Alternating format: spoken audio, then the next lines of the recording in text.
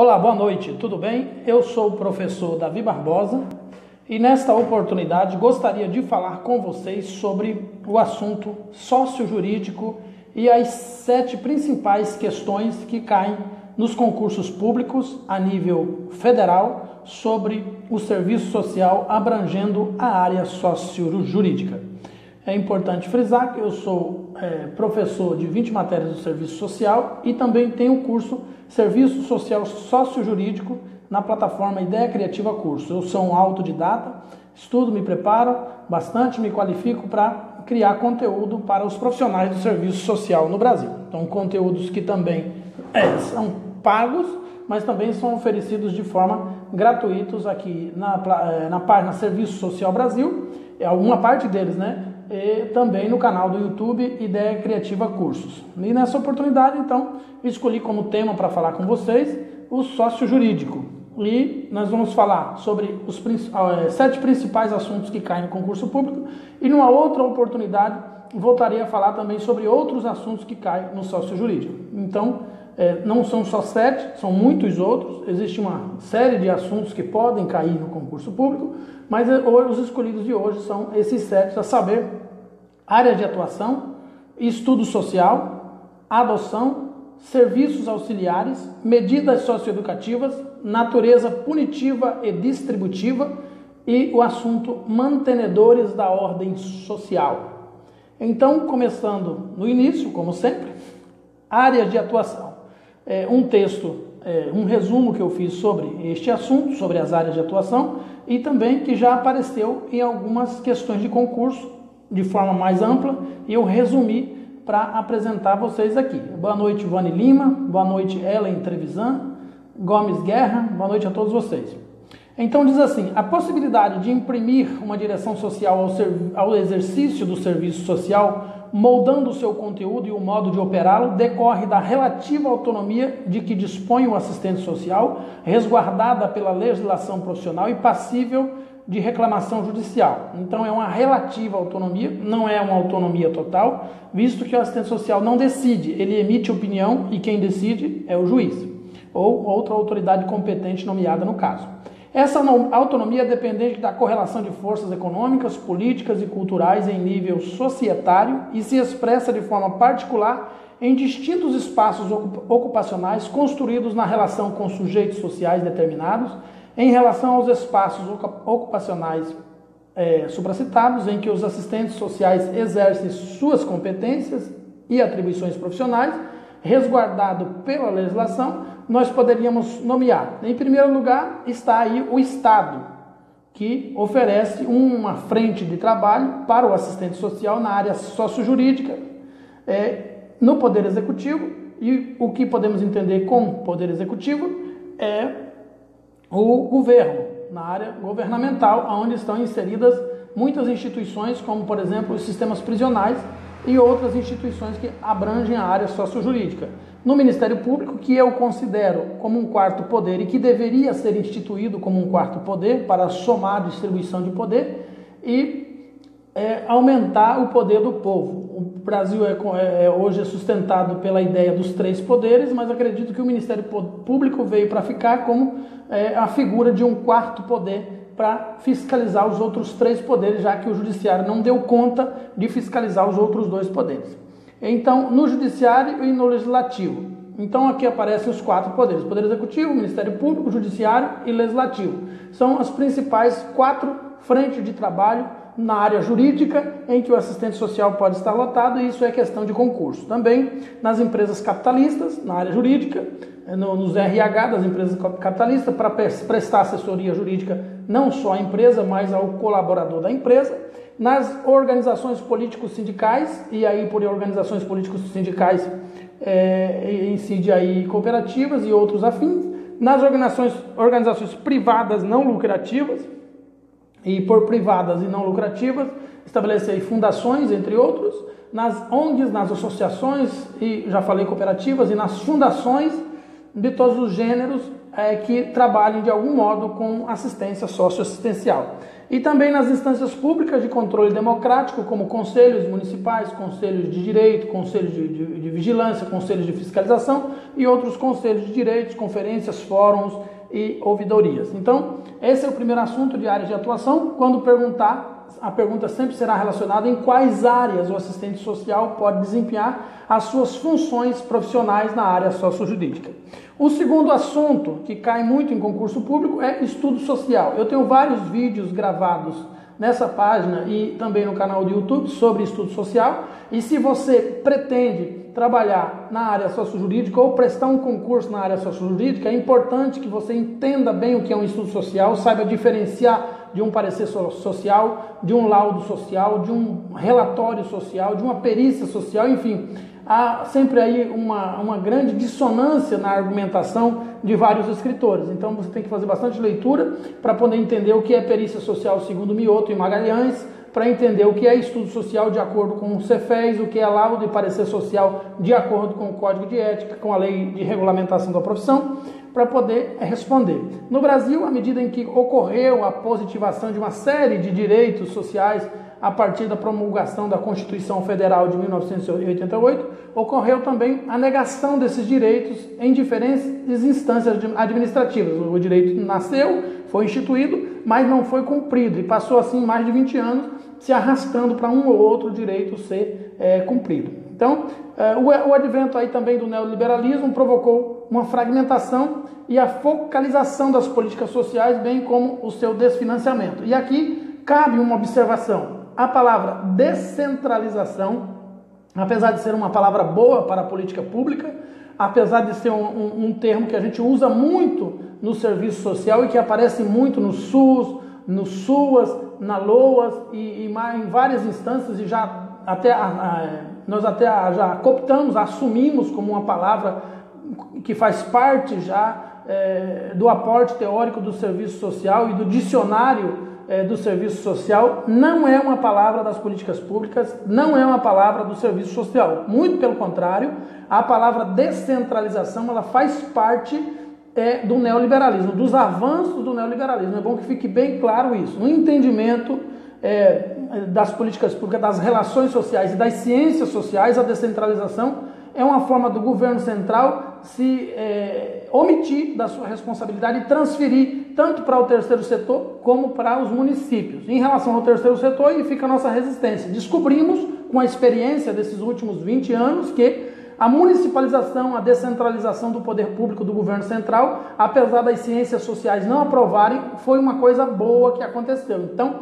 estamos reconstruindo todo o aporte teórico. É necessário aí uma observação no enunciado da questão para você descobrir a que ela se relaciona. Se ela estiver fazendo menção ao entendimento das ciências sociais sobre a descentralização e a sua ligação com o neoliberalismo, é bom que fique bem claro, descentralização é um termo do neoliberalismo, é uma ação do neoliberalismo, a investida do neoliberalismo, que foi um tiro que saiu pela culatra. Eles pretendiam descentralizar a política pública do governo central e, assim, eximindo-se da sua responsabilidade. Ao transferi-la para os municípios, acabou onerando e aumentando o orçamento, e a política pública, em vez de distanciar da sua realidade, diminuir o investimento, aliviando os cofres públicos do governo central, aconteceu o contrário. Então foi um tiro que saiu pela culatra. Uma palavra que antes nós desprezávamos, nós profissionais das ciências sociais e das políticas públicas, hoje se tornou parte da nossa gramática, do nosso argumento e das nossas falas no serviço social. Mas é importante que fique claro que ela é uma iniciativa do neoliberalismo que não deu certo e acabou compondo parte importante aí das políticas públicas e das ciências sociais. Então, voltando à questão do estudo social e o advento do neoliberalismo, este fato evidencia enorme potencial de trabalho para os assistentes sociais na área sociojurídica, uma vez que podem oferecer importantes subsídios às decisões dos tribunais de justiça para a efetivação de direitos de amplas parcelas da população que foram alijadas do acesso aos bens produzidos socialmente pelo país. Nesse sentido, segundo Borgiani, recomendo que vocês leiam todos os artigos possíveis e, se possível, compre os livros da doutora Borgiani. Para mim, na área sociojurídica no Brasil, ela é a principal autoridade e eu acho que a argumentação dela é uma argumentação muito simples, muito humilde, mas muito empoderada, muito poderosa, muito forte, muito eficiente, eficaz, muito completa, por assim dizer. Então eu recomendo que vocês leiam os artigos e livros da doutora Borgiani. Então, nesse sentido, segundo Borgiani, 2013, o instrumento da atuação do assistente social na área sociojurídica, o principal instrumento é o estudo social. Instrumento que deve buscar reproduzir as determinações que constituem a totalidade sobre a qual somos chamados a emitir um parecer técnico, um laudo técnico ou um relatório social. Então, é importante que você não só saiba o que é um estudo social, mas que você também saiba diferenciá-lo dos demais instrumentos que são utilizados também nesse processo. Então, o que é próprio da nossa intervenção é o estudo social que, a partir de reproduções possíveis, deve buscar reproduzir as determinações que constituem a totalidade sobre a qual somos chamados a emitir um parecer técnico. Na realização de estudo social, lá dos pareceres, aqui eu resumo o que eu fiz, buscamos informações nos documentos da instituição, na vizinhança e ou no trabalho sobre algum sujeito social. Estes são momentos nos quais estamos exercitando nossa dimensão investigativa. Recomendo que vocês assistam os outros vídeos que fiz sobre estudo social. Então, a dimensão investigativa no exercício profissional, de acordo com Yolanda Guerra, abre parênteses, 3 pontos. Se o profissional não estiver atento às especificidades de suas funções, pode existir o risco de que sua intervenção, na qual está incluída a realização do estudo social, venha confundir-se ou limitar-se ao ato da apresentação do pedido dos interessados, mantendo-se assim uma interação superficial que não consegue superar a aparência e chegar mais perto da realidade das dramas e conflitos que levaram aquelas pessoas ao judiciário. É necessário clareza de que a função do profissional de serviço social, mais do que a intermediação, pressupõe um investimento na mediação profissional por meio de recursos, instrumentos, técnicas e estratégias que lhe possibilite operacionalizar os fundamentos teóricos, técnicos e políticos e éticos pertinentes na sua área de formação. Aí, sobre o estudo social, de acordo com Eunice Fávero.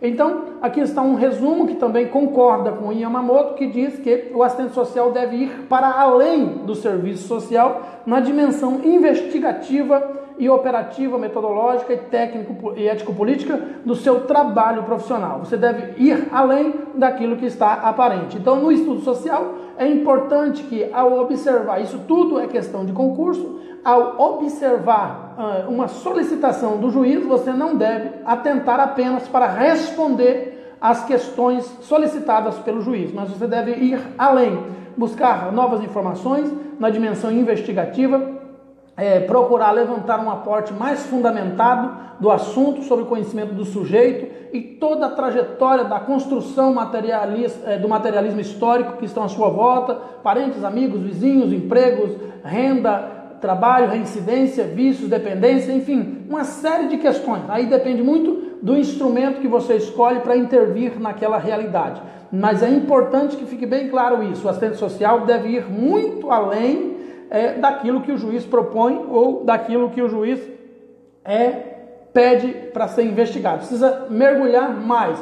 Mas também é importante que fique claro que não pode ser policialesco, não pode ser na investigação policial, juntada de provas, de interesse legal, apenas se baseando nas leis. Agora, é importante levantar aqui, abrir um parêntese, como o serviço social é uma profissão sempre antagônica, que está sempre ali no olho do furacão, está sempre no fio da espada entre a navalha e a cruz, entre a cruz e a espada, sempre exprimido, imprensado, sufocado entre as dinâmicas da realidade social, procurando encontrar saídas onde ninguém mais encontrou. Nem o juiz conseguiu, nem o médico conseguiu, a sociedade não conseguiu. Aí só resta o último exército de reserva, a última resposta, a posição final é a do assistente social. É a última resposta. A gente desce lá no finalzinho do túnel onde não tem mais luz para encontrar uma resposta. É importante esclarecer que o estudo social não pode se basear num comportamento de investigação policial, levantada de prova, juntada de prova para condenação. Porém, em casos por exemplo, que o direito de uma criança foi violado, por exemplo, por meio de abuso sexual, estupro, violência sexual contra a criança, etc., aí existe uma outra circunstância que precisa ser abordada para a viabilização do direito dessa criança.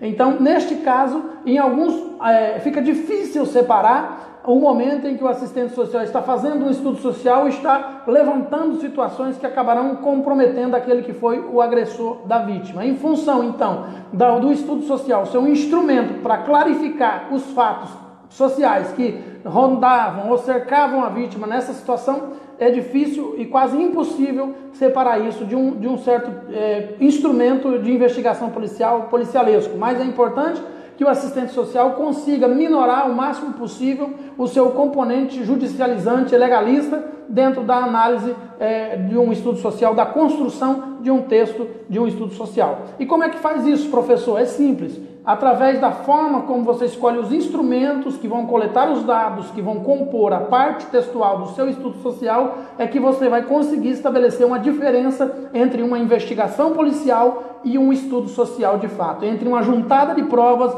realizada por um juiz ou por um promotor de justiça, por um detetive, de um estudo social, de um perito jurídico, um perito judicial, que é o trabalho do assistente social, segundo o CPC, dentro da área sociojurídica. Então é importante conseguir, dentro dessa competência profissional, estabelecer essa diferença. Em muitos casos é difícil e acaba que o assistente social acaba policiando comportamentos e criando uma situação complexa. Já houve casos de estarem acontecendo estudo social e o assistente social, movido por uma paixão, movido por um tabu, por um preconceito, movido por um comportamento religioso, acabar fazendo uma juntada de provas baseada apenas naquilo que a realidade superficial apresentava, condenando uma pessoa inocente que ficou 5 anos preso com acusação de violência sexual, quando na verdade não era o caso.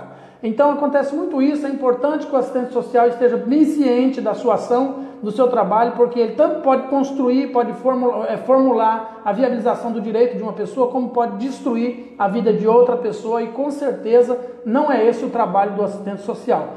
O trabalho do assistente social na viabilização do direito precisa também levar em conta todos os atores sociais envolvidos naquele processo para viabilizar direitos a quem é de direito e não criar um sistema de injustiça social baseada simplesmente na incompetência profissional, ok? Então o próximo assunto, dentro aí das questões que caem em concurso, é adoção. No processo de adoção, na definição do legislador menorista, o objetivo principal dos serviços auxiliares, que vão ser o próximo assunto, ou da equipe interprofissional, é o de assessorar a justiça na infância e da juventude. Então, o principal trabalho do assistente social é compor uma equipe que é chamada no fórum de equipe de serviços auxiliares, também conhecida como perito judicial ou interprofissional, a depender do fórum, a depender da região. Então está também fundamentado aí no CPC, que é o Código de Processo Penal, e o Código Civil Processual.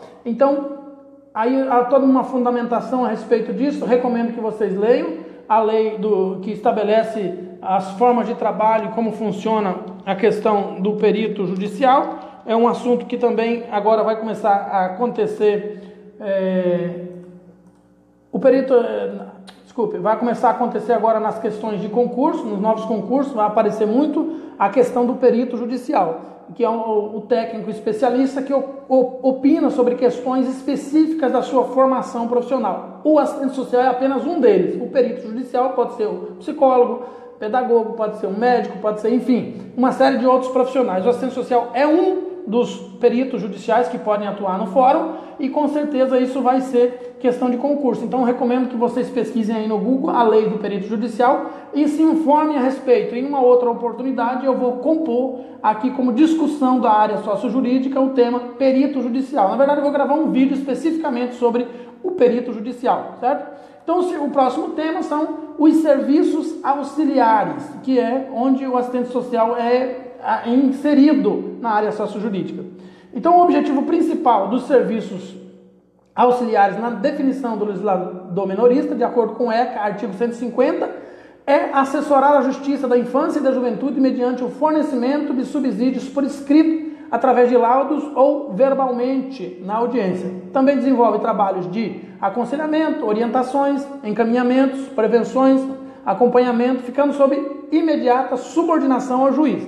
Essa intervenção, aí dependendo da forma e da oportunidade como ocorre, apresenta duas situações distintas. Primeira situação, O atuar do assistente social e psicólogo equivale-se ao perito judicial, que eu falei antes e vou gravar um vídeo a respeito. Na medida em que observa, investiga e conclui seu trabalho com a apresentação de um laudo diagnosticando as situações que envolvem a criança ou adolescente e sua família, com os encaminhamentos pertinentes ao caso, ou, na segunda opção, desempenha funções de execução quando realiza o trabalho de acompanhamento, orientação, encaminhamento visando propiciar mudanças na realidade constatada ou no procedimento relacionado a um dos temas que nós vamos abordar aqui, que também é o de medida socioeducativa. De uma forma ou de outra, tal mistério de suma relevância para a área da infância e da juventude, uma vez que a intervenção técnica, né, do assistente social adentra em questões que fogem à esfera do direito, mas que mostram extremamente relevante para o destino final do processo, exerce demais um papel preventivo importante quando detectam situações de risco a exigir imediata resposta jurisdicional. Esse é um trabalho mais humanizado, que está relacionado mais às garantias individuais e aos direitos sociais garantidos na Constituição, aí no seu artigo 6º, lá na área sociojurídica. É uma parte que viabiliza mais o direito social, já que os juízes, apesar de lutarem por uma justiça mais imparcial, ainda tende a não ter o conhecimento necessário para uma intervenção mais direta na compreensão das relações sociais, das construções das relações sociais, do conhecimento da construção histórica do indivíduo que está no fórum, que levaram o indivíduo àquela situação. Então, quando o assistente social vai produzir a sua dimensão investigativa numa atuação dentro dos serviços auxiliares, ele vai aí utilizar o seu conhecimento técnico, científico, instrumental para detectar possíveis mediações diretas, ações diretas das expressões da questão social que levaram o indivíduo a praticar tal ato ou a se tornar vítima da violação de um direito. E essa compreensão envolve conhecimento de toda a família, a investigação de todos os atores sociais de convívio envolvidos no cotidiano do usuário daquela política pública. E o próximo assunto, que cai muito em concurso público, ainda sobre medidas socioeducativas, desculpe, a folha passou direto aqui. Então, as medidas socioeducativas, eu tenho um vídeo gravado sobre as medidas socioeducativas, na verdade eu tenho 2, já estão aqui na página ou no canal do YouTube, sobre medidas socioeducativas, explicando. Obrigado, Adriana Macedo, só vi seu comentário agora, sou fã dos seus debates, muito obrigado pelo seu carinho. Então, as medidas socioeducativas impõem que a atuação do assistente social no campo sociojurídico tem sido reafirmada tanto junto a adolescentes em conflito com a lei e alvo de medidas socioeducativas, quanto junto a crianças e adolescentes em situação de vulnerabilidade e risco social. Em ambas as áreas, o assistente social é chamado para colaborar na reconstrução das raízes sociais da infância e juventude. É importante, gente, que vocês atentem para a questão reconstrução das raízes sociais da infância e da juventude. Isso aqui está atrelado à restauração de vínculos afetivos fragilizados, está atrelado à reinserção no mercado de trabalho, à inserção no mercado de trabalho, à reinserção social, está atrelado a outros assuntos que vão aparecer daqui a pouco. E Yamamoto fala sobre isso, afirma que os assistentes sociais são chamados a colaborar na reconstrução das raízes sociais da infância e juventude, na luta pela afirmação de direitos sociais e humanos, e ainda salientando a importância da família como espaço de socialização, proteção, reprodução e formação de indivíduos, provocando o enraizamento dos laços familiares.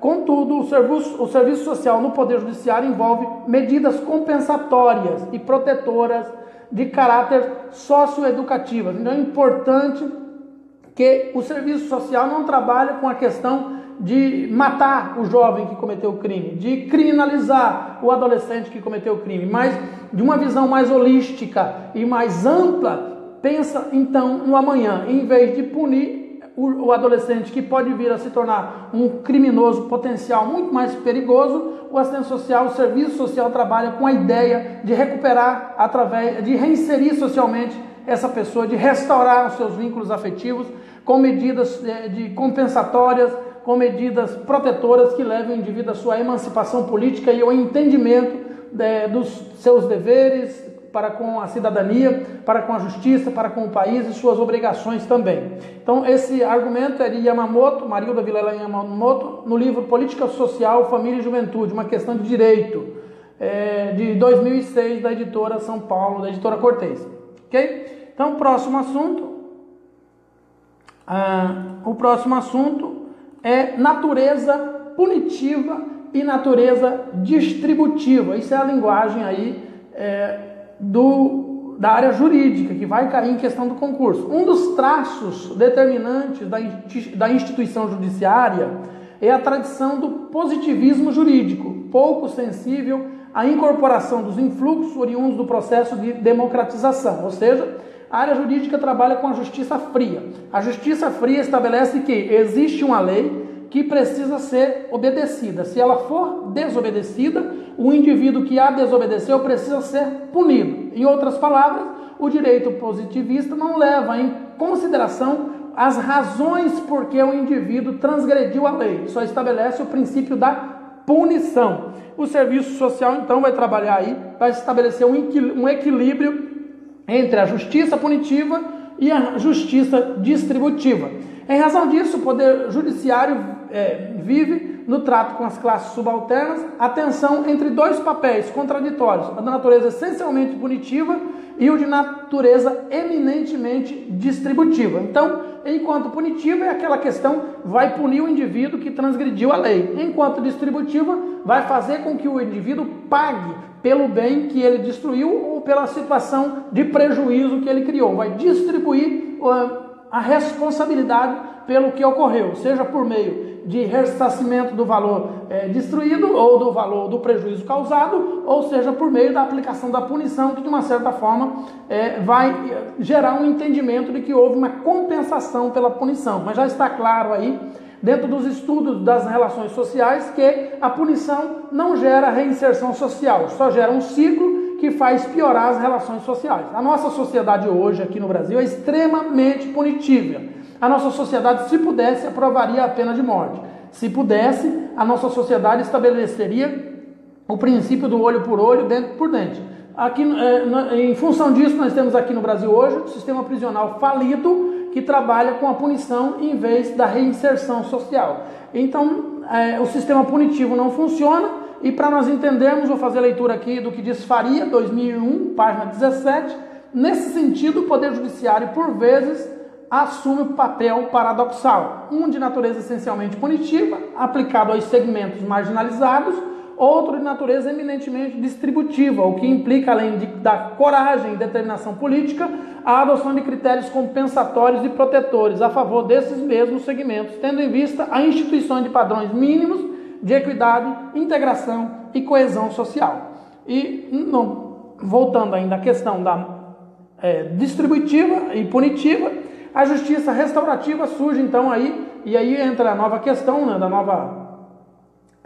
da nova ideologia, da nova teoria do direito, que é a justiça restaurativa. Surge com a contraposição à concepção tradicional da justiça criminal, a justiça punitiva retributiva, enquanto em sentido contrário, a justiça punitiva retributiva coloca o crime como um ato meramente violador da norma estatal, cabendo como reação a essa conduta a imposição de uma pena. De outra espécie é a justiça que regula a repartição de bens, materiais, honrarias, cargos, poderes, direitos e deveres entre os membros da cidade, isto é, a justiça que diz respeito à distribuição dos recursos comuns da sociedade, é essa justiça que dá o nome de distributiva. Então, recomendo que vocês estudem e absorvam de forma bem clara e evidente, se é que não ficou aqui, a diferença entre justiça punitiva e justiça distributiva. Justiça punitiva retributiva, que é aquela punitiva só no sentido de punir, que sem outra opção, e aquela de justiça punitiva distributiva. Então são duas aí. Justiça punitiva retributiva e justiça punitiva distributiva. São diferentes. Essa última, a mais nova, que é onde o serviço social é inserido para trabalhar na parte distributiva e não na parte punitiva. Enquanto justiça punitiva retributiva, não havia espaço para o assistente social trabalhar, visto que não havia ações compensatórias e nem a questão da coesão social, da equidade, da justiça social. Uma vez que houve esta evolução da justiça punitiva retributiva para a justiça punitiva distributiva, na parte que diz distributiva, então abriu espaço para a atuação do serviço social na área sociojurídica, para criar mecanismo ou viabilizar mecanismos compensatórios de coesão social, de justiça social e de equidade. E o sétimo e último tema, que cai muito em concursos públicos do serviço social no Brasil, é o tema mantenedores da ordem social. Um dos primeiros espaços de inserção do profissional do serviço social na esfera pública, ainda nas protoformas da profissão, foi no que hoje se convencionou chamar de campo sócio-jurídico. Os assistentes sociais no exercício profissional atuam num campo aí do sócio-jurídico extremamente tensionado por duas requisições em essência, contraditórias. Veja bem, duas requisições contraditórias. E aqui muita gente, se deparar com uma questão de concurso como essa, vai errar a questão de concurso porque vai achar estranho e vai marcar errado. Quais são essas duas requisições que o sócio jurídico exige? Inclusive está lá na lei de perito judicial falando sobre isso, e também a questão de concurso. Quais são? Manter a ordem social e garantir direitos. Então, são duas coisas que vão soar estranhos quando aparecer na questão de concurso para o assistente social. Primeiro, manter a ordem social. O assistente social é chamado, segundo o projeto ético-político e o código de ética, para a construção de uma nova ordem societária, ou seja, destruir, desconstruir, desmoralizar, revolucionar a atual ordem social e criar uma nova ordem societária. Então aqui vai ficar confuso. Como é que pode? A questão está dizendo que o assistente social é chamado na área sociojurídica para trabalhar na manutenção da ordem social. É fato. Apesar de contraditória, é isso mesmo, está na lei de perito judicial e está nas questões de concurso público, e a resposta está correta. O serviço social, o assistente social trabalha na área sociojurídica para manter a ordem social e para garantir direitos. E a segunda questão é que o assistente social não garante direitos, ele viabiliza direito, mas de acordo com os documentos, normas e regulamentações da área sociojurídica, o assistente social é chamado para manter a ordem social e garantir direitos. Então, não estranhe-se na questão de concurso público aparecer, é isso mesmo que você tem que marcar, ok? E quem fala sobre isso é o próprio Cefes, que fez uma crítica, mas não conseguiu desconstruir o princípio, ele continua mantido. Então, o que é que o Cefes diz? Esse conjunto de mediações encerra uma contradição fundamental nessas instituições em que se situa o exercício profissional de assistentes sociais que, conforme resgata Silva, 2010, atuam,